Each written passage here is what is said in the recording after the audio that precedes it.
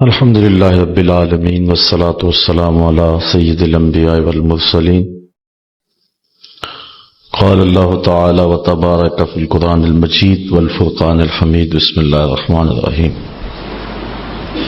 محمد رسول اللہ والذین معہ اشداء علی الکفار رحماء بینہم تراہم رکعا سجدا یبتغون فضلا من اللہ ورضوانا سیماہم فی وجوہہم من اثر السجود ذالک مثلہم فی التوراۃ ومثلہم فی الانجیل صدق اللہ مولانا العظیم وصدق رسولہ النبی الکریم الرؤوف الرحیم اللہم نور قلوبنا بالقرآن وزین اخلاقنا بالقرآن ونجنا من النار بالقرآن قال اللہ تعالی وتبارک فی شان حبیبہ مخبرا وآمرا ان اللہ وملائکتہ یصلون علی النبی یا ایھا الذین آمنوا صلوا علیہ وسلموا تسلیما صلاۃ والسلام علیک یا رسول اللہ وعلی آلک واصحابک یا محبوب رب العالمین۔ تمام حمد و ثنا، تعریف و توصیف اللہ جل مجدہ الکریم کی ذات بابرکات کے لیے جو خالق کائنات بھی ہے اور مالک شہنشاہات بھی۔ اللہ جل وعلا کی حمد و ثنا کے بعد حضور نبی اکرم شفیع امم رسول محتشم نبی مکرم صلی اللہ علیہ وسلم کے حضور ناز میں اپنی عقیدتوں، ارادتوں، محبتوں اور نیازمندیوں کا خراج پیش کرنے کے بعد واجب الاحترام معزز محترم محتشم سامعین، السلام علیکم ورحمۃ اللہ وبرکاتہ۔ قرآن مجید سے جو کلمات تلاوت کرنے کا شرف پایا ہے اس میں اللہ جل شانہ نے ارشاد فرمایا کہ محمد صلی اللہ علیہ وسلم اللہ کے رسول ہیں اور جو ان کے ساتھی ہیں وہ کفار پر بڑے سخت ہیں اور آپس میں بڑے نرم دل ہیں۔ اے مخاطب، تو ان کو دیکھے گا کہ وہ کبھی رکوع میں ہیں، کبھی سجدہ ریز ہیں، اللہ کی رضا اور اس کا فضل چاہتے ہوئے، اور یہ وہ لوگ ہیں کہ جن کے چہروں پر سجدے کے آثار، سجدے کا نور تمہیں دکھائی دے گا۔ یہ وہ بابرکت طبقہ ہے حضور علیہ السلام کے اصحاب کہ اللہ تعالیٰ ارشاد فرماتا ہے ان کی مثالیں تورات میں بھی موجود ہیں، انجیل میں بھی موجود ہیں۔ حضور نبی رحمت صلی اللہ علیہ وآلہ وسلم جب پیغام حق کا ابلاغ کیا تو حضور کے جاں نثار صحابہ نے اس پیغام کو دنیا کے کونے کونے تک پہنچایا۔ کائنات میں جس طرح کے اصحاب حضور کو نصیب ہوئے ہیں، کسی نبی کو ایسے چاہنے والے نہیں ملے۔ حافظ شیرازی کہتا ہے اپنے محبوب کو کہ جس طرح کا میں تیرا عاشق ہوں اس طرح کا زمانے میں کوئی عاشق نہیں ہوگا، اور پھر آگے کہتا ہے اس لیے کہ تیرے جیسا کوئی محبوب بھی تو نہیں ہوگا، کیونکہ عشق کی گرمی حسن کی وجہ سے ہوتی ہے، اس لیے کائنات میں حضور جیسا کامل اور اکمل شخص کوئی نہیں۔ تو جس طرح کے دوست، اصحاب، فداکار، جاں نثار حضور علیہ السلام کو عطا کیے گئے، ایسے کسی کو عطا بھی نہیں کیے گئے۔ اللہ تعالیٰ جل شانہ نے قرآن مجید کے اندر اپنے محبوب کے ان غلاموں کے قصیدے بیان فرمائے اور فرمایا کہ یہ ہم بیان کر رہے ہیں قرآن مجید میں اس سے قبل جو کتابیں نازل ہوئی ہیں تورات اور انجیل، ان اصحاب کے قصیدے اور ان کا ذکر اور ان کا تذکرہ ہم نے وہاں بھی لکھا ہوا ہے. یہ اتنے بابرکت لوگ ہیں اور اتنے معتبر لوگ ہیں. اس کائنات میں جتنے بھی انسان بستے ہیں ان میں سے افضل مجد و شرف کے لحاظ سے اہل ایمان ہیں. کفار اخلاقی قدروں میں جتنے مرضی بلند کیوں نہ ہوں، مال و دولت، شہرت، ثروت، جاہ و منصب، اقتدار، سب کچھ ان کے پاس ہو، لیکن ایک مسکین مومن کی شان تک نہیں پہنچ سکتے. اس لیے اس کائنات میں بسنے والے انسانوں میں سب سے افضل شخص مومن ہے. اہل ایمان میں سے فضل و شرف رکھنے والے علماء اور اولیاء ہیں. علماء و اولیاء میں سے اغیاث اور اقطاب فضل و شرف پاتے ہیں. اغیاث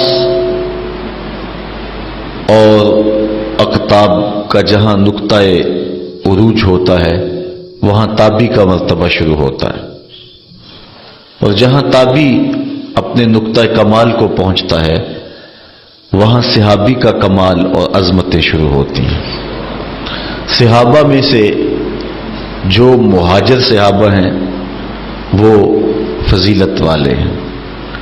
مہاجر و انصار میں سے جو بدر میں شریک ہوئے ہیں وہ افضل ہیں، اور ان میں سے عشرہ مبشرہ جن 10 لوگوں کے لیے حضور نے جنت کی بشارت دی وہ افضل ہیں. ان 10 لوگوں میں 4 اصحاب افضل اور مرتبہ و مقام سے اعلیٰ ہیں، اور ان 4 میں سے سب سے افضل حضرت ابو بکر صدیق رضی اللہ تعالی عنہ. یہ ہمارا اہل ایمان کا عقیدہ ہے. صحابہ کے درجے متفاوت ہیں. جس طرح آسمان کے اوپر نظر دوڑائیں تو آپ کو ستارے نظر آتے ہیں، کوئی روشن، کوئی ٹمٹماتا ہوا، کوئی بڑا واضح. اس طرح اس افق پہ بھی آپ کو ستارے نظر آئیں گے. صداقت کے تارے بھی ہوں گے، عدالت کے ستارے بھی ہوں گے، ولایت کے، امامت کے، طرح طرح کے ستارے نظر آئیں گے. درجوں کے اعتبار سے متفاوت ہیں، لیکن حضور علیہ السلام کے تمام صحابہ کی تعظیم و توقیر ہمارے اوپر واجب ہے. حضور علیہ السلام کے لیے سب سے بڑا دکھ کا موقع حضرت امیر حمزہ کی شہادت کا موقع تھا. آقا کریم علیہ السلام کے اس چچا کو وحشی نامی ہندا کے غلام نے قتل کیا، اور نہ صرف قتل کیا، آپ کی آنکھوں میں نیزے چبھوئے، جگر کاٹا، کلیجہ توڑا، کان کاٹے، ناک کاٹ لی، اور ان کا ہار پرویا، اور اس کو ہندا نے اپنے گلے میں ڈالا، ابو سفیان کی زوجہ. اور پھر بعد میں اللہ تعالیٰ جل شانہ نے ان کو ایمان عطا فرمایا. زوجہ حضرت ابو سفیان حضرت ہندا بھی اسلام کی دولت سے مالا مال ہوئی، اور یہ شخص جس نے حضرت امیر حمزہ رضی اللہ تعالی عنہ کو قتل کیا تھا غزوہ احد کے موقع پر، یہ وحشی بھی دولت اسلام سے مالا مال ہوئے. آقا کریم علیہ السلام نے معاف بھی فرمایا، ان کے ایمان کو قبول بھی کیا، لیکن اتنی تاکید کی کہ تم میرے سامنے نہ بیٹھا کرو، مجھے چچا یاد پڑتے ہیں. تو علماء فرماتے ہیں کہ انہوں نے ایک بہت بڑا کام کیا تھا، لیکن بعد میں توبہ کر لی اور اسلام کے دامن میں آ گئے. تو فرماتے ہیں کہ حضرت وحشی رضی اللہ تعالی عنہ کے قدموں سے جو خاک لگی ہے، دنیا والے اس خاک کی عظمت کو بھی نہیں چھو سکتے، اس لیے کہ انہوں نے حضور علیہ السلام کو دیکھا اور آقا پر ایمان لائے اور شرف صحابیت سے مالا مال ہوئے. یہ ایک ایسا شرف ہے کہ جس شرف کو کوئی دوسرا شخص جو غیر صحابی ہے نہیں پا سکتا. اس لیے جتنے بھی صحابہ ہیں تو ہم ان کے بارے میں کوئی ایسی بات نہیں کریں گے کہ جو ان کی شان میں سوء ادب رکھتی ہو۔ حضور علیہ السلام کا فرمان سنیے، اپنے اصحاب کے بارے میں حضور نے ارشاد فرمایا، حضرت ابو سعید خدری رضی اللہ تعالی عنہ اس حدیث کے راوی ہیں، قال النبی صلی اللہ علیہ وسلم لا تسبوا اصحابی فلو ان احدکم انفق مثل احد ذهبا ما بلغ مد احدهم ولا نصیفہ۔ حضور نے فرمایا، یہ بخاری مسلم دونوں میں روایت ہے کہ میرے اصحاب کو گالی نہ دینا، اگر تم میں سے کوئی شخص احد پہاڑ کی مقدار سونا خرچ کرے، حالانکہ احد پہاڑ جتنا سونا خرچ کرنا جو ہے وہ کسی کے بس کا روگ نہیں ہے، 15 کلومیٹر پر پھیلاؤ ہے احد پہاڑ کا، تو اتنا سونا کس پاس ہوگا؟ پوری دنیا کے پاس اتنا سونا نہیں ہے، لیکن اگر کسی کے پاس ہو اور وہ اس کو خرچ کر دے، کتنی بڑی بات ہے۔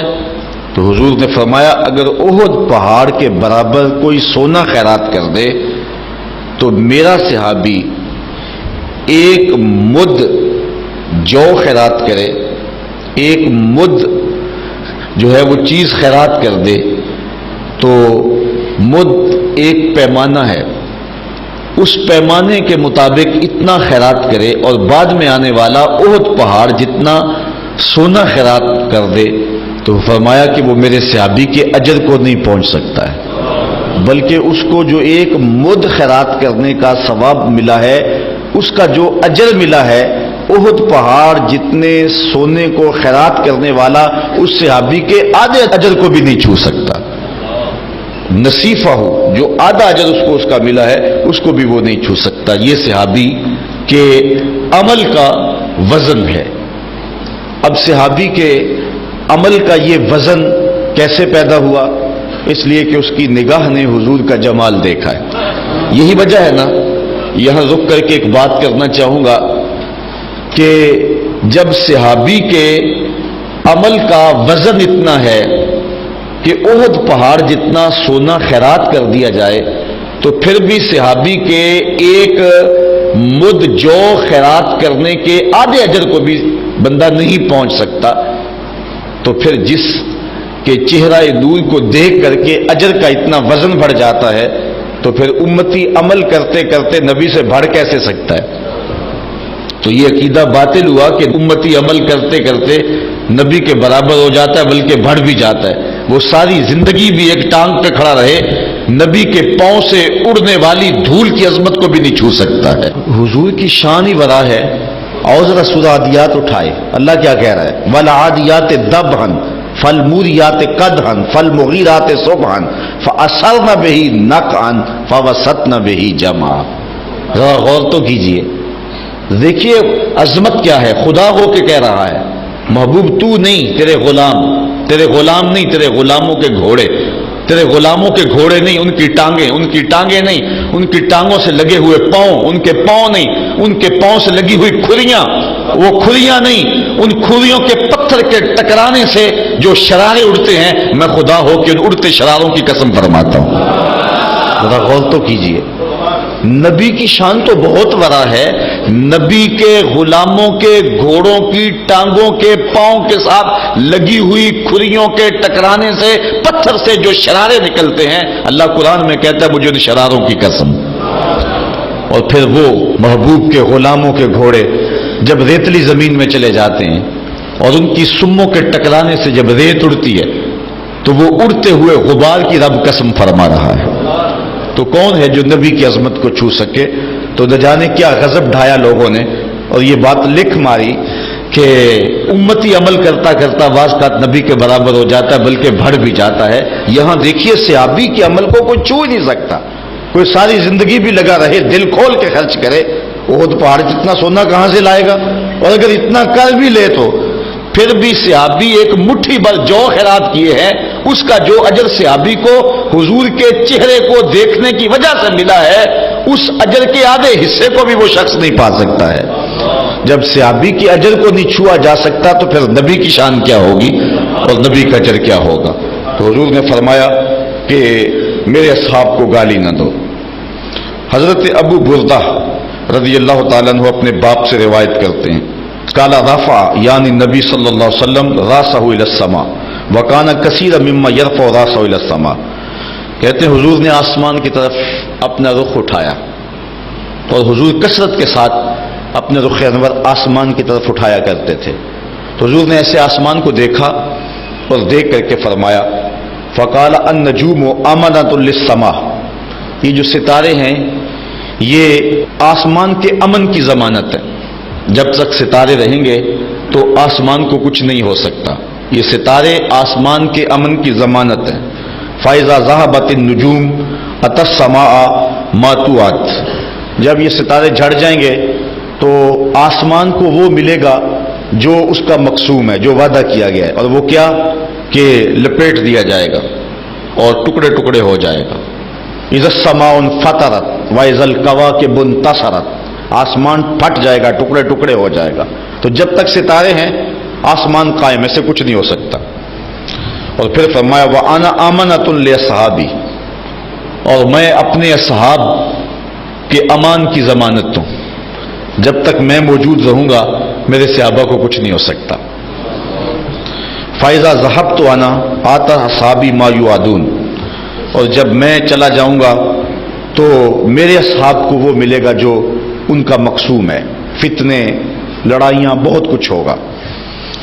وَأَصْحَابِي آمَنَةٌ لِأُمَّتِي، پھر فرمایا میرے اصحاب جو ہیں وہ امت کے لیے امن کی ضمانت ہیں۔ فَإِذَا ذَهَبَ صحابی، اور جب میرے صحابی چلے جائیں گے عطا امتی ما توعد، تو پھر امت کو وہ پہنچے گا جو ان کو وعدہ دیا گیا ہے، یعنی ان کے اندر انشقاق پیدا ہوگا، ان کے اندر بدعتیں اور نئے نئے فتنے پیدا ہوں گے۔ تو عطا ما یوعدون، تو جو ان کا مقسوم ہے وہ ان کو ملے گا۔ تو جب تک ستارے موجود ہیں آسمان کو کچھ نہیں ہوگا، اور جب تک میں ان میں ظاہری حیات سے ہوں تو میرے صحابہ کو کچھ نہیں ہو سکتا، اور جب تک صحابہ ہیں امت کا کچھ نہیں بگڑ سکتا۔ اللہ اکبر۔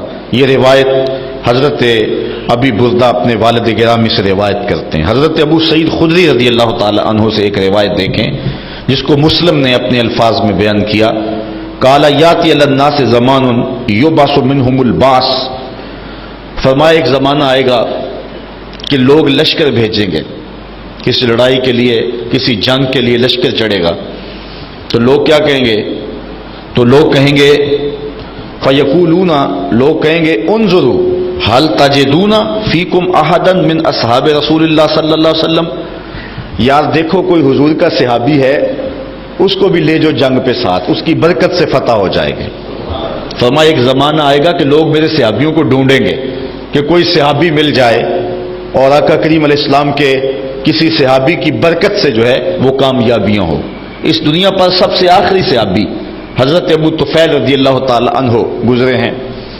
حج کا موقع تھا، اونچے ٹیلے پہ کھڑے ہو گئے اور کہنے لگے کہ لوگوں اس وقت روئے زمین پہ میرے علاوہ کوئی نہیں ہے جس نے حضور کو دیکھا ہو، صرف یہی دو آنکھیں ہیں جنہوں نے جمال احمد مرسل دیکھا ہے۔ اللہ اکبر۔ تو آؤ میرے پاس آؤ، تو لوگ اکٹھے ہو گئے، ہجوم کر کے ان کے گرد جمع ہو گئے اور ان کو کہا کہ تم نے حضور کو دیکھا ہے تو ہمیں بتائیں حضور کیسے تھے۔ تو حضرت ابو طفیل رضی اللہ تعالیٰ عنہ نے فرمایا 110 ہجری ہے، حضور کے وصال کے پورا 100 سال بعد۔ تو انہوں نے کہا کان رسول اللہ صلی اللہ علیہ وسلم ابیض ملیحا مقصدا، حضور ایک تو چٹے رنگ کے تھے، ایک حسن نمکین تھا، اور ایک ہر معاملے میں توازن تھا۔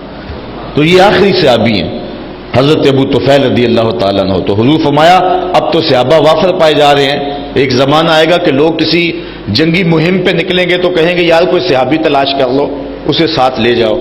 تو پھر کیا ہوگا؟ تو فرمایا فیوجد الرجل، تو ایک آدھا آدمی مل ہی جائے گا، فیفتح لہم، تو اللہ تعالیٰ اس صحابی کی برکت سے اس جنگ میں ان مسلمانوں کو فتح عطا فرما دے گا۔ ایک وقت ہی آئے گا۔ پھر فرمایا ثم یبعث البعث الثانی، پھر ایک اور دوسرا دور آئے گا کہ فیقولون، لوگ کہیں گے حل فیہم من رأى اصحاب رسول اللہ صلی اللہ علیہ وسلم فیفتح لہم، تو تم میں کوئی ایسا شخص ہے جس نے حضور کے کسی صحابی کو دیکھا ہوا ہے؟ کوئی ہے ایسا شخص؟ اسے تلاش کرو اور جنگ میں ساتھ لے جاؤ، تاکہ کسی صحابی کو دیکھنے والے کی برکت سے جنگ میں فتح ہو۔ تو وہ کسی تابی کو ڈھونڈ لیں گے اور لے جائیں گے، تو حضور فرمایا فَيُفْتَحُ لَهُمْ، اللہ انہیں بھی فتح عطا فرما دے گا۔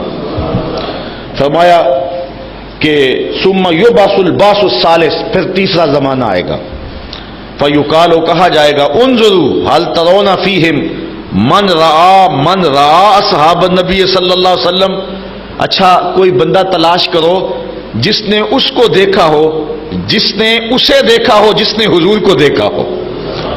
کس نے صحابی کو دیکھا ہے، اس کو دیکھنے والے کو ڈھونڈو، اگر وہ مل جائے تو اس طرح اس کو لے جائیں گے۔ ثم یکون باس الرابع، حضور فرمایا پھر چوتھا دور آئے گا، فیقال، کہا جائے گا انظروا هل ترون فیہم احدا رعا من رعا احدا رعا اصحاب النبی صلی اللہ علیہ وسلم فیوجد الرجل فیفتح له۔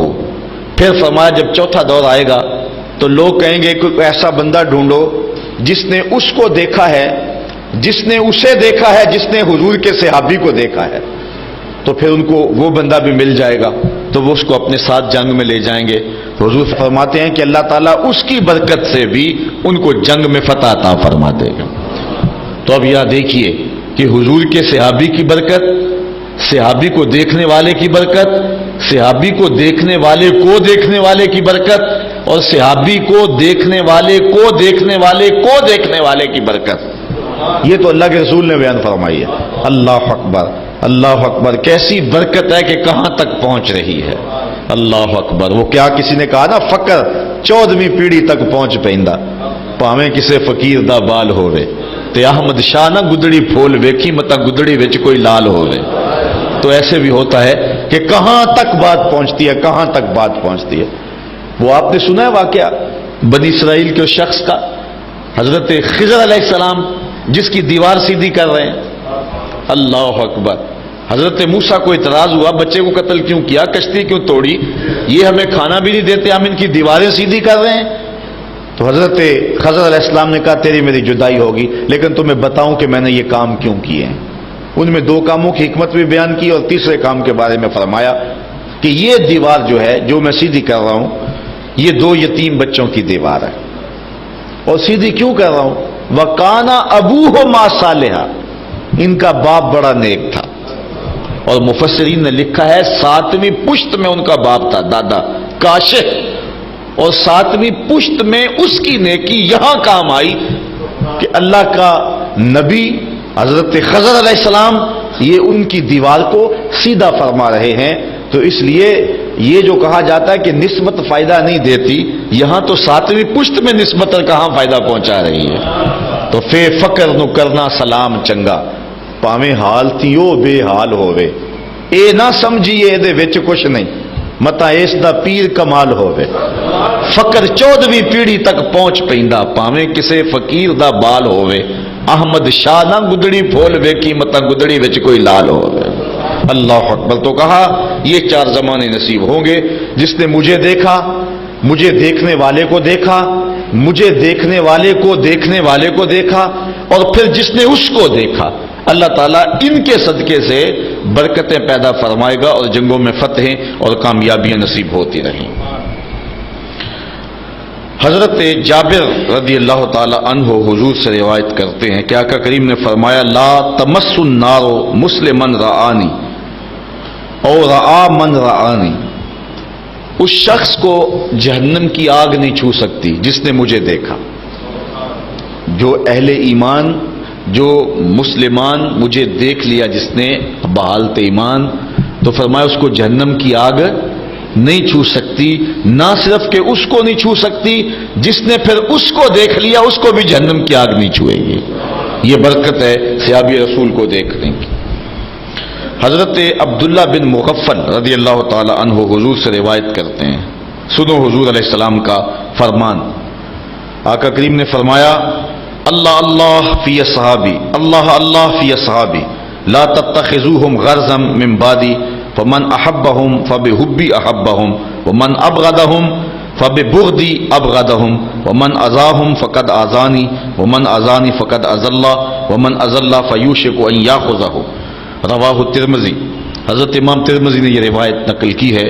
حضرت عبداللہ بن مغفل کہتے ہیں حضور نے فرمایا اللہ اللہ فی اصحابی، میرے اصحاب کے بارے میں اللہ سے ڈرو، کوئی زبان پر ایسی بات نہ لانا۔ پھر فرمایا دوسری مرتبہ اللہ اللہ فی اصحابی، میرے اصحاب کے بارے میں اللہ سے ڈرو، اللہ کا خوف کرو۔ اور پھر ارشاد فرمایا لا تتخذوہم غرضا من بعدی، میرے بعد ان کو برے لفظوں سے یاد نہ کرنا، میرے اصحاب کو برا بلا نہ کہنا، بلکہ حضور نے فرمایا فمن احبہم فبحبی احبہم، جس نے میرے صحابہ سے محبت کی میری وجہ سے محبت کی، ومن ابغضہم فببغضی ابغضہم، اور جس نے ان سے بغض رکھا تو وہ میرے بغض کی وجہ سے میرے صحابہ سے بغض رکھا۔ اگر پیار کوئی کرتا ہے تو وہ بھی میرے لیے کرتا ہے۔ آج وہ اقبال نے کہا تھا نا اے کہ نشہ ناسی خفیرہ جلیاز ہوشیار باش، اے گرفتار ابو بکر علی ہوشیار باش، آج جو ہے وہ دو ٹکڑوں میں بانٹ دیا گیا ہے، صرف 6 صحابہ کے علاوہ باقی کو کہا گیا کہ معاذ اللہ یہ مرتد ہو گئے تھے، استغفر اللہ۔ اور جو ہے وہ اہل بیت اور اصحاب کو جو ہے وہ 2 گروہوں میں بانٹ دیا گیا ہے، جبکہ حضور علیہ الصلوۃ والسلام کی نسبت سے ہی ہم اہل بیت کا احترام کرتے ہیں اور حضور کی نسبت سے ہی اصحاب رسول کا احترام کرتے ہیں۔ مقام تو وہی ہے، اسی وجہ سے زائیں تو وہیں سے پھوٹتی ہیں۔ بلکہ میں کہا کرتا ہوں کہ جو اہل بیت ہیں وہ نبی کے گھر والے ہیں، جو اہل بیت ہیں وہ نبی کے گھر والے ہیں، اور اصحاب نبی کے در والے ہیں۔ ہم کہتے ہیں گھر والوں تمہیں بھی ہمارا سلام ہو اور در والوں تمہیں بھی ہمارا سلام ہو، تو حضور نے فرمایا اگر کوئی بغض رکھتا ہے تو وہ بھی میری وجہ سے رکھتا ہے، اور اگر کوئی ان سے پیار کرتا ہے محبت کرتا ہے تو وہ میری محبت کی وجہ سے کرتا ہے۔ ومن اذاہم فقد اذانی، جس نے میرے کسی صحابہ کو اذیت دی اس نے مجھے اذیت دی۔ ومن اذانی فقد اذى اللہ، جس نے مجھے اذیت دی اس نے اللہ کو اذیت دی۔ ومن اذى اللہ فیوشک ان یاخذہ، تو جس نے اللہ کو اذیت دی اللہ پھر اس کو پکڑ بھی لے گا، اس کا علاج بھی کر لے گا اور اس کو سزا بھی دے گا۔ حضرت انس روایت کرتے ہیں کہ حضور نے ارشاد فرمایا مثل اصحابی فی امتی کل ملح فی الطعام لا یصلح الطعام الا بالملح۔ حضرت انس کہتے ہیں کہ میرے اصحاب کی مثال امت میں اس طرح ہے جس طرح کھانے میں نمک ہوتا ہے، اگر نمک ہوگا تو کھانے میں لطف ہوگا، اور اگر نمک نہیں رہے گا تو کھانے میں لطف نہیں رہے گا۔ حضرت حسن رضی اللہ تعالیٰ عنہ فرماتے ہیں فقد ذہب ملحنا فکیف نصلح، کہتے ہیں کہ ہمارا نمک ہی چلا گیا، اب ہمارے میں اصلاح کیسے ہو سکتی ہے، وہ لطف اور وہ لطافت کیسے باقی رہ سکتی ہے۔ آقا کریم علیہ السلام نے ارشاد فرمایا، حضرت ابن عمر سے مروی ہے، امام ترمذی نے روایت کی ہے، قال قال رسول اللہ صلی اللہ علیہ وسلم، حضور نے ارشاد فرمایا اذا رأیتم الذین یسبون صحابی، جب تم کسی شخص کو دیکھو کہ میرے صحابی کو گالی دے رہا ہے، حضور کی نظروں میں سب کچھ تھا، کوئی بھی حضور کی نگاہوں سے پوشیدہ نہیں تھا، حضور سب کچھ دیکھتے تھے، حضور ایک ایک چیز بتا کے گئے۔ فرمایا اگر تم دیکھو کسی شخص کو کہ وہ میرے صحابہ کو گالی دیتا ہے فقولو، تو اس کو جواب دو کیا لعنت اللہ علی شرکم، تیری شرارت پر اللہ کی لعنت ہو، یوں اس کو جواب دو جو میرے صحابہ کو برا بولتا دکھائی دے۔ اللہ اکبر۔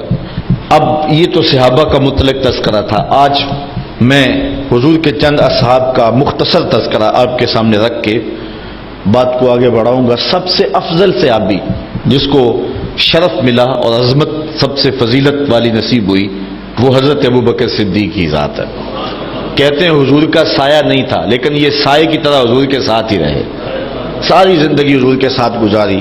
امن الناس بر مولائے ماں، اقبال کا لہجہ دیکھیے، امن الناس بر مولائے ماں، کلیم اول سینائے ماں، ہستی او کشت ملت راچو ابر، ثانی اسنین و غار و بدر و قبر۔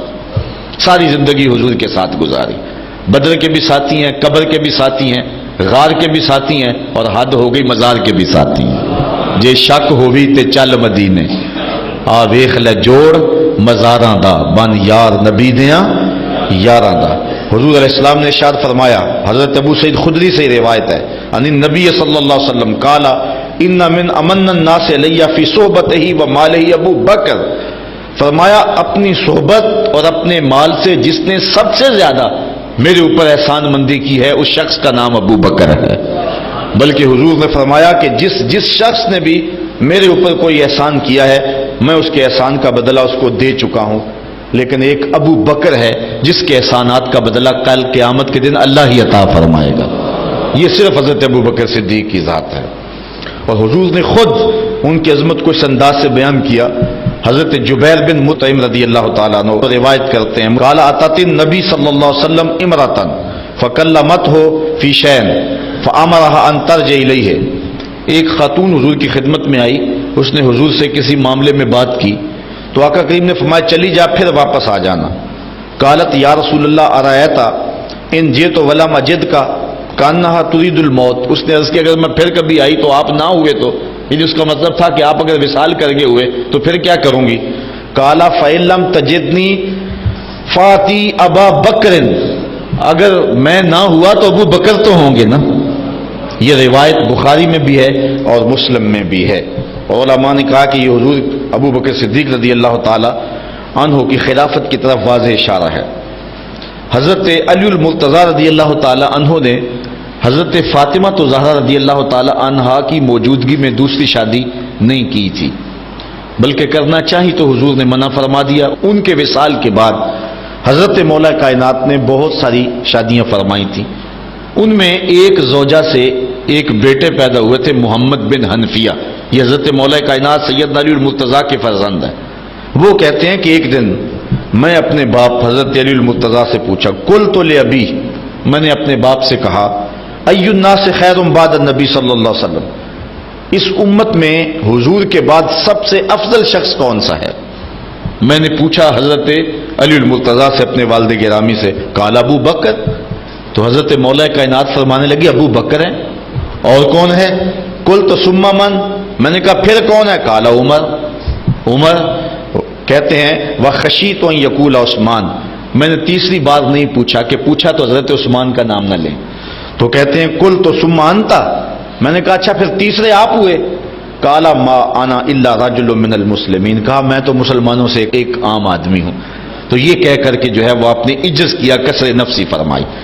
تو حضرت مولا کائنات سیدنا علی المرتضی رضی اللہ تعالی عنہ حضرت ابو بکر صدیق رضی اللہ تعالی عنہ کو سب سے افضل اور سب سے اعلیٰ مانتے تھے، اور انہوں نے اپنے بیٹے کو یہ بات فرمائی۔ اور حضرت عمر کہتے ہیں قال ابو بکر سیدنا و خیرنا و احبنا الی رسول اللہ صلی اللہ علیہ وسلم، کہتے ہیں کہ ابو بکر کی کیا پوچھتے ہو، وہ ہم میں سے ہمارے سردار بھی تھے، ہم میں سے افضل بھی تھے، اور حضور سب سے زیادہ جس شخص سے پیار کرتے تھے اس شخص کا نام بھی ابو بکر ہی تھا، سب سے زیادہ حضور ان سے ہی پیار کیا کرتے تھے۔ حضرت عائشہ رضی اللہ تعالیٰ عنہ فرماتی ہیں کہ جب حضور علیہ السلام کا آخری وقت آیا تو آقا کریم علیہ السلام نے فرمایا کہ ابو بکر کو حکم دو کہ لوگوں کو نماز پڑھائیں۔ میں نے عرض کی کہ وہ رقیق القلب ہیں، مصلی پہ جب آپ کو نہیں پائیں گے تو بے چین ہو جائیں گے، کسی اور کے لیے حکم نامہ جاری کرو۔ تو حضور علیہ السلام نے جو جواب دیا وہ ایک طویل حدیث ہے، لیکن حدیث کا ایک حصہ ہے کہ حضور علیہ السلام نے فرمایا لا ينبغي لقوم فيهم ابو بکر ان يؤمهم غیرہ، کسی قوم کے لیے مناسب ہی نہیں ہے کہ ابو بکر ان کے اندر رہتے ہو اور امامت کوئی اور کروائے۔ ابو بکر کا حق ہے کہ وہ امامت کروائیں۔ جب حضرت سیدنا صدیق اکبر نے خلافت کے نظام کو سنبھالا تو حضرت علی المرتضی دوڑے ہوئے آئے اور انہوں نے حضرت صدیق اکبر پہ ہاتھ بیعت کی اور یہ بات کہی کہ جس شخص کو حضور نے دین کے لیے پسند کیا، مصلی کے لیے پسند کیا، اس شخص کو ہم اپنی دنیا کے لیے کیوں پسند نہ کریں؟ تو حضرت مولا کائنات رضی اللہ تعالیٰ عنہ نے آ کے آپ کے ہاتھ پہ بیعت کی۔ اللہ اکبر۔ حضرت عمر رضی اللہ تعالیٰ عنہ سے ایک روایت سنیے جو حضرت صدیق اکبر کی فضیلت پر مشتمل ہے۔ کہتے امرنا رسول اللہ صلی اللہ علیہ وسلم ان نتصدق ووافق ذلك عندي مالا فقلت اليوم اسبق ابا بکر ان سبقته یوما، کہتے حضور نے ایک مرتبہ فنڈ کے لیے ارشاد فرمایا کہ لاؤ راہ خدا میں پیش کرو، تو میرے پاس اتنی خوشحالی تھی کہ اتنی کبھی خوشحالی ہوئی نہیں تھی، تو میں نے کہا اگر ابو بکر سے بڑھ سکتا ہوں تو آج بڑھ سکتا ہوں، آج اللہ کا خاص کرم ہے تو آج میں ابو بکر سے اگر بڑھ سکوں تو آج بڑھ سکتا ہوں۔ فجے تو بنصف مالی، میں گیا اور آدھا مال لے آیا، فقال رسول اللہ صلی اللہ علیہ وسلم ما ابقیت لأہلک فقلت مثلہ. حضور نے پوچھا عمر گھر والوں کے لیے کیا چھوڑا ہے؟ میں نے کہا اتنا ہی چھوڑ آیا ہوں، جتنا لے آیا ہوں اتنا ہی چھوڑ آیا ہوں، آدھا لے آیا ہوں آدھا چھوڑ آیا ہوں.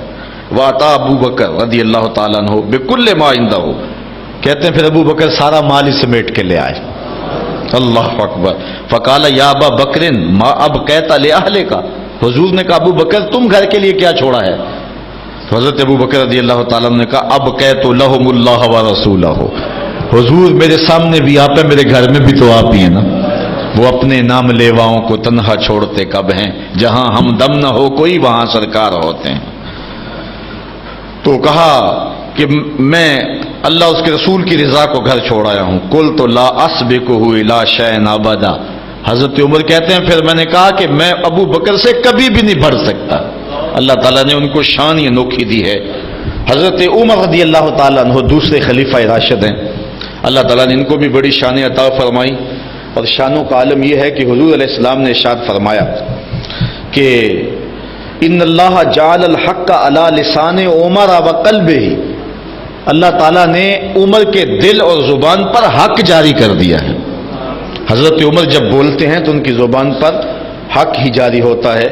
بلکہ آقا کریم علیہ السلام نے اللہ کی بارگاہ میں دعا مانگی کہ اللہم اعز الاسلام بابی جہل ابن حشام اور بعمر ابن الخطاب. اے اللہ یا ابن حشام ابو جہل بن حشام یا عمر بن خطاب، ان دونوں میں سے کسی ایک سے جس کو تو پسند کرتا ہے اسلام کو عزت دے دے. یہ حضور نے دعا کی. ادھر یہ تلوار لے کے بانی اسلام کا چراغ بجھانے نکلے تھے، لیکن راستے نے کہا کدھر جا رہے ہو؟ کہا بس آج کام تمام کرنے جا رہا ہوں. کہا گھر کی تو خبر لو. کہا کیا ہوا ہے؟ کہا تمہاری بہن بھی اس آقا کی غلام بن گئی. وہ واقعہ پھر آپ نے سنا ہے کہ وہ جب گئے تو قرآن مجید کی تلاوت ہو رہی تھی. عمر کا پھر دل ہی بدل نہیں گیا.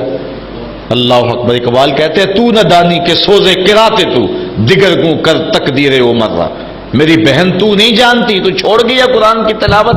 قرآن تو ایسا ہے اگر بہن ہو کے قرآن پڑھے تو عمر کی تقدیر بدلتی ہے، اور ماں ہو کے قرآن پڑھے تو نیزے کی نوک پہ بیٹا قرآن سناتا ہے. تو نہ دانی کے سوزے کراتے تو دیگر کو کر تقدیر عمر را. تو تقدیر بدلی. پھر حضور کی خدمت میں حاضر ہو گئے. حضرت عقبہ بن عامر رضی اللہ تعالی عنہ روایت کرتے ہیں کہ حضور علیہ السلام نے ارشاد فرمایا لو کان بعدی نبیا لکان عمر.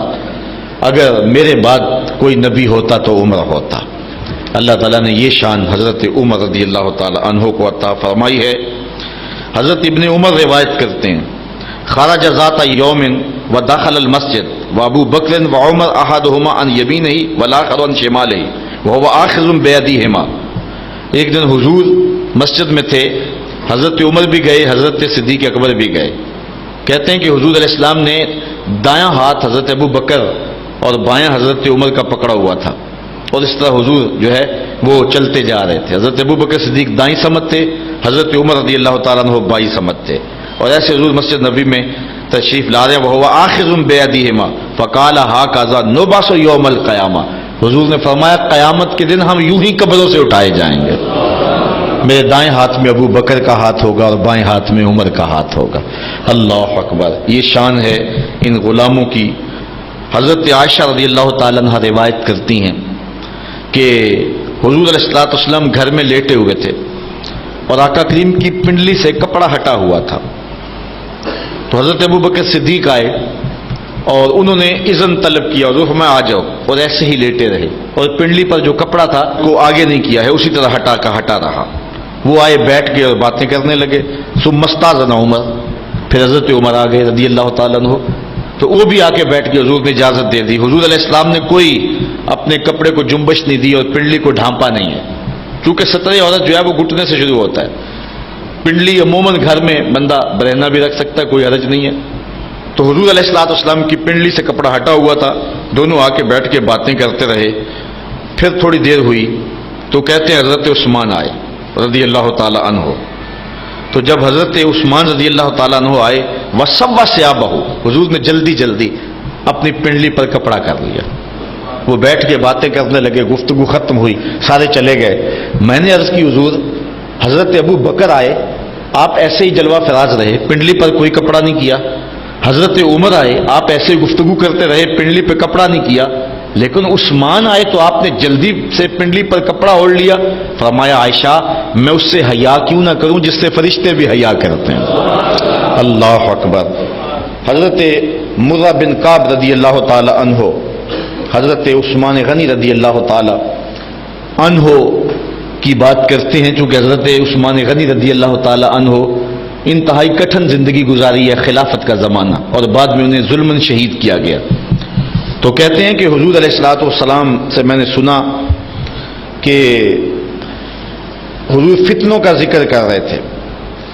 فمر رجل مکنع فی ثوب، ایک آدمی گزرا جس نے اپنے اوپر کپڑا اوڑا ہوا تھا۔ فقال ھذا یومئذ علی الہدی، حضور نے کہا اس دن جب فتنے آئیں گے یہ بندہ ہدایت پہ ہوگا، یہ بندہ حق پہ ہوگا، یہ بندہ سچائی پہ ہوگا۔ وہ جو جس شخص نے کپڑا اوڑا ہوا تھا نا، اس شخص کے بارے میں حضور نے فرمایا۔ بات چل رہی تھی فتنوں کی، اچانک جو ہے وہ یہ کپڑا اوڑے ہوئے کوئی شخص گزرا تو حضور نے فرمایا یہ اس نے حق پہ ہوگا۔ کہتے ہیں مجھے تجسس ہوا اور میں جو ہے وہ شخص کی طرف بڑھا۔ فقمت الیہ، میں اٹھا اور میں کہا دیکھوں تو صحیح یہ بندہ کون ہے۔ فاذا ہوا عثمان بن عفان رضی اللہ تعالی عنہ، تو یہ حضرت عثمان رضی اللہ تعالی عنہ تھے۔ تو کہتے ہیں کہ گو یقین تو تھا لیکن پھر بھی میں نے قال فاقبلت علیہ بوجہہ، تو میں نے ان کا چہرہ جو ہے وہ حضور کی طرف کیا۔ کپڑا اوڑے جا رہے تھے تو میں نے جو ہے وہ کپڑا سائڈ پہ کر کے چہرہ حضور کی طرف کیا۔ فقلت ھذا، میں نے کہا حضور یہ؟ کالا، نام کہا ہاں یہی، کہ جب فتنوں کی آگ جلے گی تو یہ شخص حق پہ ہوگا۔ اللہ اکبر، یہ حضور نے گارنٹی دی ہے۔ ابن عمر رضی اللہ تعالیٰ عنہ روایت کرتے ہیں کہ حضور علیہ السلام نے فتنوں کا ذکر کیا۔ فقال یقتل ھذا فیھا مظلوما لعثمان، حضور نے فرمایا کہ جب فتنے بپا ہوں گے تو حضرت عثمان ظلماً قتل کر دیے جائیں گے۔ اور پھر ایسا ہی ہوا کہ جب بلوہ ہوا تو حضرت عثمان شہید کر دیے گئے، اور اس وقت وہ قرآن مجید کی تلاوت کر رہے تھے۔ حضرت امام حسین پر 3 دن پانی بند ہوا، حضرت عثمان غنی پر 40 دن پانی بند رہا، 40 دن پانی ان کے اوپر بند رہا، اور اپنے اہل خانہ کے سامنے شہید کر دیے گئے۔ اور جس وقت حضرت عثمان غنی رضی اللہ تعالیٰ عنہ شہید کیے گئے اس وقت قرآن کھول کے پڑھ رہے تھے، اور آپ کا خون اس آیت پہ گرا فَسَيَكْفِيكَهُمُ اللَّهُ، قرآن مجید کی پہلے پارے کے جو آخر میں آیت ہے، ان لفظوں پر آپ کا خون بہا اور گرا، اور اس طرح حضرت عثمان غنی رضی اللہ تعالیٰ عنہ جو ہیں وہ شہید کر دیے گئے ظلماً۔ حضرت ابو موسیٰ اشعری سے ایک روایت لیں، قال كنت مع النبی صلی اللہ علیہ وسلم فی حائط من حیطان المدینہ، کہتے ہیں ایک دن مدینے کے کسی باغ میں حضور کے ساتھ تھا میں، حضرت ابو موسیٰ اشعری کہتے ہیں۔ فجاء رجل فاستفتح، کوئی شخص آیا اور اس نے دروازے کو دستک دی۔ اللہ آپ سب کو مدینے لے جائے اور بہت جلد لے جائے، اور وہاں جا کے آپ دیکھیں گے کہ آج بھی مدینے کے جو باغ ہیں ان کو پھاٹک لگے ہوئے ہیں، دروازے لگے ہوئے ہیں۔ یہ ہمارے باغ، ان کے ارد گرد دروازے نہیں ہوتے، ہاں کوئی بار لگا لے وہ بھی درختوں کی یا گارڈین کی یا کسی چیز کی تو وہ ایک الگ امر ہے، اور وہ بھی اب رواج پڑا ہے۔ لیکن عرب میں شروع سے جو باغات ہیں ان کے گرد 4 دیواری ہوتی تھی اور اس پر دروازہ لگا ہوا ہوتا تھا۔ تو حضور علیہ السلام موجود تھے، وہاں تشریف فرما تھے، میں بھی حضور کے پاس تھا کہ کوئی حضور کی خوشبو سونگھ کے آ گیا، تو اس نے دروازے کو دستک دی، تو آقا کریم علیہ السلام نے فرمایا فقال النبی صلی اللہ علیہ وسلم افتح لہ وبشرہ بالجنہ، حضور نے فرمایا ابو موسیٰ جا کے دروازہ کھول دے اور جو بھی ہو اس کو میری طرف سے جنت کی بشارت دے دے، تو رسول اللہ کو ملنے آیا ہے، جا تو جنتی ہے۔ کہتے میں گیا، دروازہ کھولا، ففتحت لہ، میں نے دروازہ کھولا تو کیا منظر دیکھا، فائزہ ابو بکر رضی اللہ تعالیٰ عنہ، تو یہ حضرت ابو بکر تھے رضی اللہ تعالیٰ، فبشرتہ، میں نے کہا تمہیں مبارک ہو جنت کی، حضور دی ہے۔ کالا، تو انہوں نے کہا کہ فحمد اللہ، انہوں نے کہا اللہ کا شکر ہے، اللہ کا کرم ہے کہ حضور نے یہ مجھے دولت عطا کر دی۔ ثم جاء رجل فاستفتح، کہتے تھوڑی دیر گزری تو پھر دروازے کو دستک ہونے لگی۔ فقال النبی صلی اللہ علیہ وسلم افتح لہ وبشرہ بالجنہ، حضور نے فرمایا دروازہ کھول دے، جو بھی ہو اسے جنت کی بشارت دیتے۔ تو کہتے ہیں میں پھر گیا اور جا کے دروازہ کھولا، ففتحت لہ فاذا عمر، تو حضرت عمر رضی اللہ تعالیٰ عنہ تھے، فاخبرتہ، تو میں نے انہیں خبر دی بما قال نبی صلی اللہ علیہ وسلم، جو حضور نے مجھے کہا تھا. فحمد اللہ، انہوں نے اللہ کی حمد بیان کی. ثم استفتح رجل، پھر کسی نے دروازے پہ دستک دی. فقال له افتح له، حضور نے کہا جا دروازہ کھول دے. وبشرہ بالجنہ، اسے جنت کی بشارت دے دے. الا بلوا تصیبہ، لیکن یہ بھی کہنا مصیبتیں بڑی آئیں گی. ساتھ یہ بھی اسے کہنا الا بلوا تصیبہ، تجھے مصیبتیں بہت آئیں گی. تو کہتے ہیں فائزہ عثمان، میں گیا تو وہ حضرت عثمان تھے رضی اللہ تعالیٰ عنہ. فاخبرتہ بما قال النبی صلی اللہ علیہ وسلم، تو میں نے خبر دی جو حضور نے کہا. فحمد اللہ، انہوں نے کہا اللہ کا شکر ہے. ثم قال، پھر کہا اللہ المستعان، میں اللہ سے مدد مانگتا ہوں. جب مشکلیں آئیں گی تو مشکلوں میں وہی میری مدد کرے گا. اب حضرت زر بن حبیش رضی اللہ تعالی عنہ روایت کرتے ہیں، کہتے ہیں قال علی رضی اللہ تعالی عنہ والذی فلق الحب وبرأ النسم انہ لعہد النبی صلی اللہ علیہ وسلم النبی الامی صلی اللہ علیہ وسلم الی اللہ یحبنی الا مومن ولا یبغضنی الا منافق. حضرت علی فرماتے ہیں مجھے قسم اس رب کی جس نے گٹھلی کو پھاڑا اور دانے کو چیرا، کہ حضور نے میرے بارے یہ بات کہی کہ تیرے سے محبت مومن کرے گا اور بغض منافق رکھے گا. یہ علامت ہے حضرت علی المرتضیٰ سے پیار ایمان کی، اور ان سے بغض رکھنا یہ دشمنی کی علامت ہے. حضرت عمران بن حسین سے روایت لیتے ہیں، وہ حضور سے بیان کرتے ہیں کہ آقا کریم علیہ الصلوۃ والسلام نے فرمایا ان علی منی وانا منہ وہو ولی کل مومن، کہ علی میرے سے ہے اور میں علی سے ہوں، اور علی ہر مومن کا دوست ہے، ہر مومن کا ولی ہے.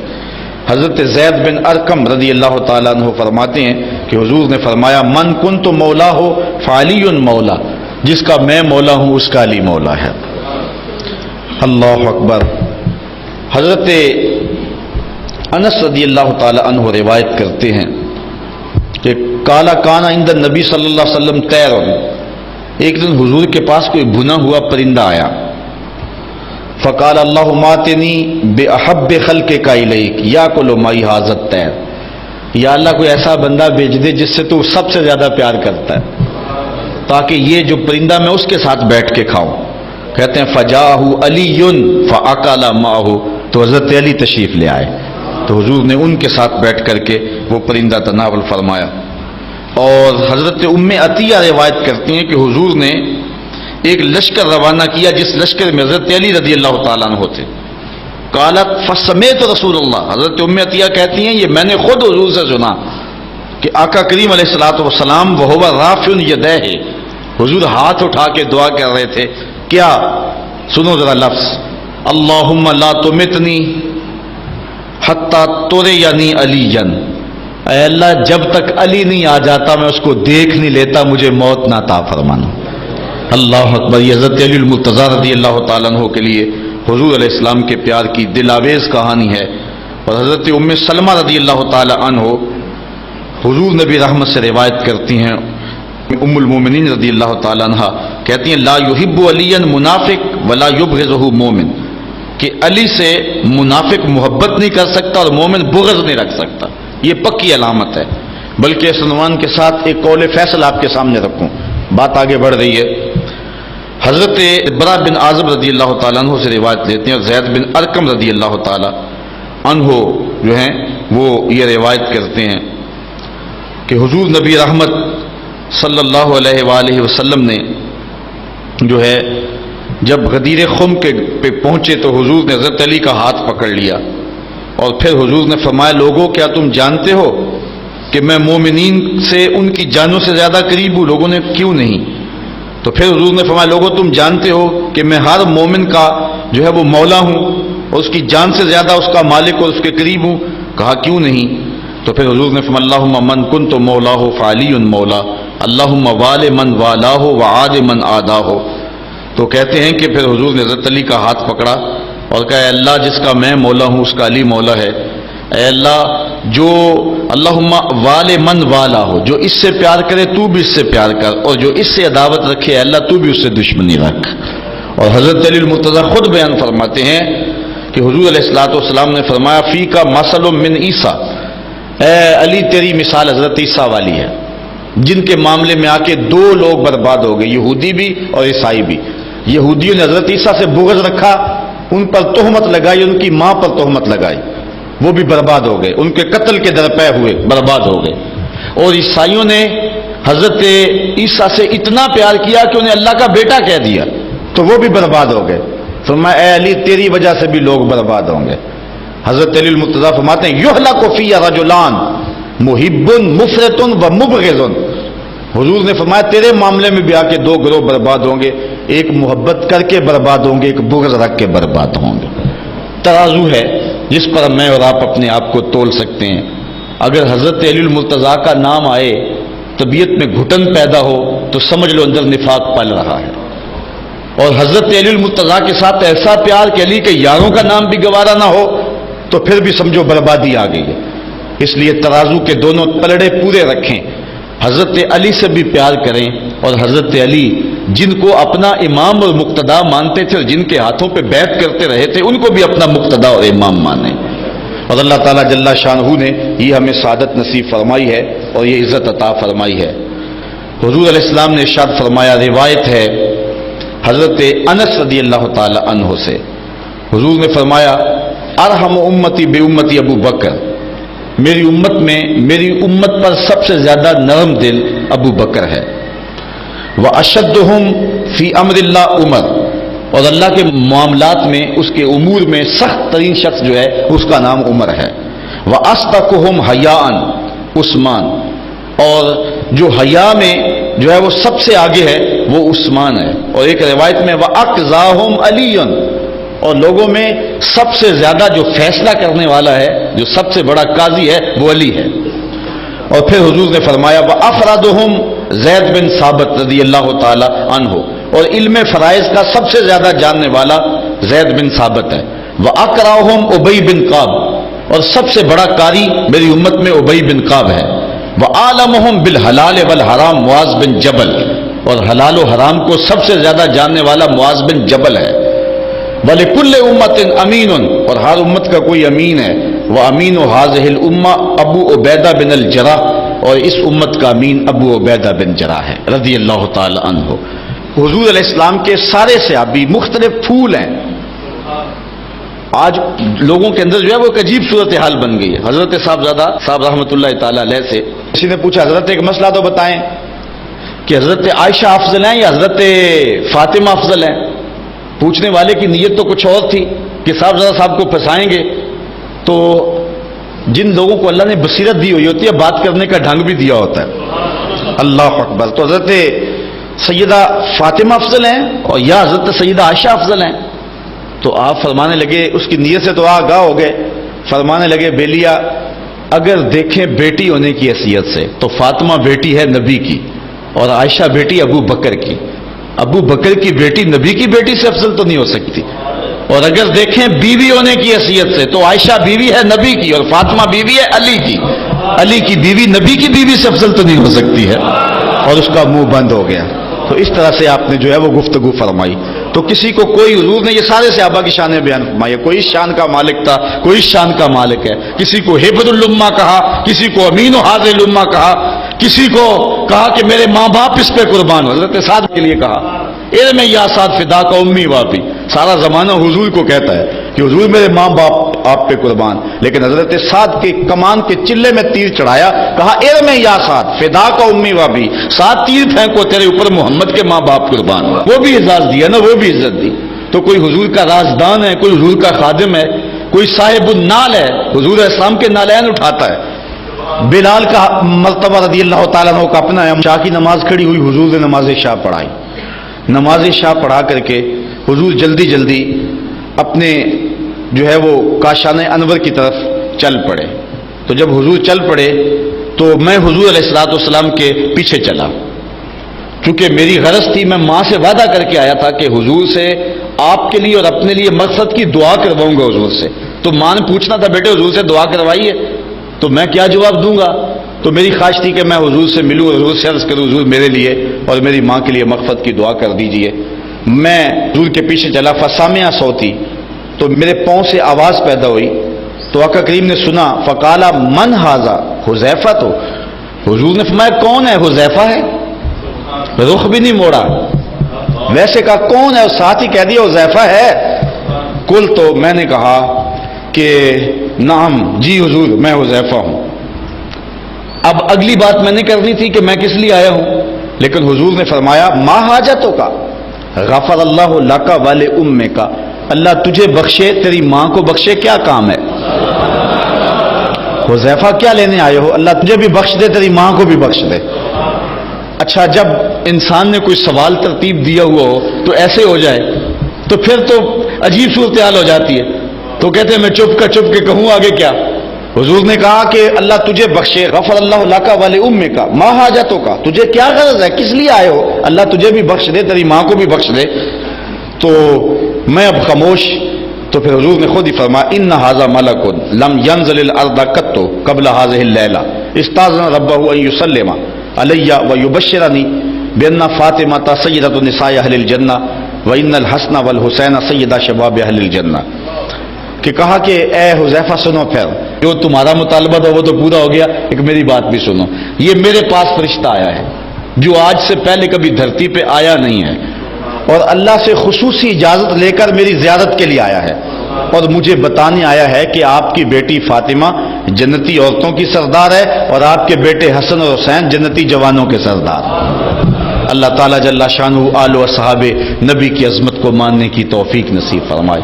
آفاق کے ہر ہر گوشے میں قرآن سنا کر دم لینا، اب رکنا نہیں، اب تھمنا نہیں، فردوس میں جا کر دم لینا، آفاق کے ہر ہر گوشے میں قرآن سنا کر دم لینا، اب رکنا نہیں، اب تھمنا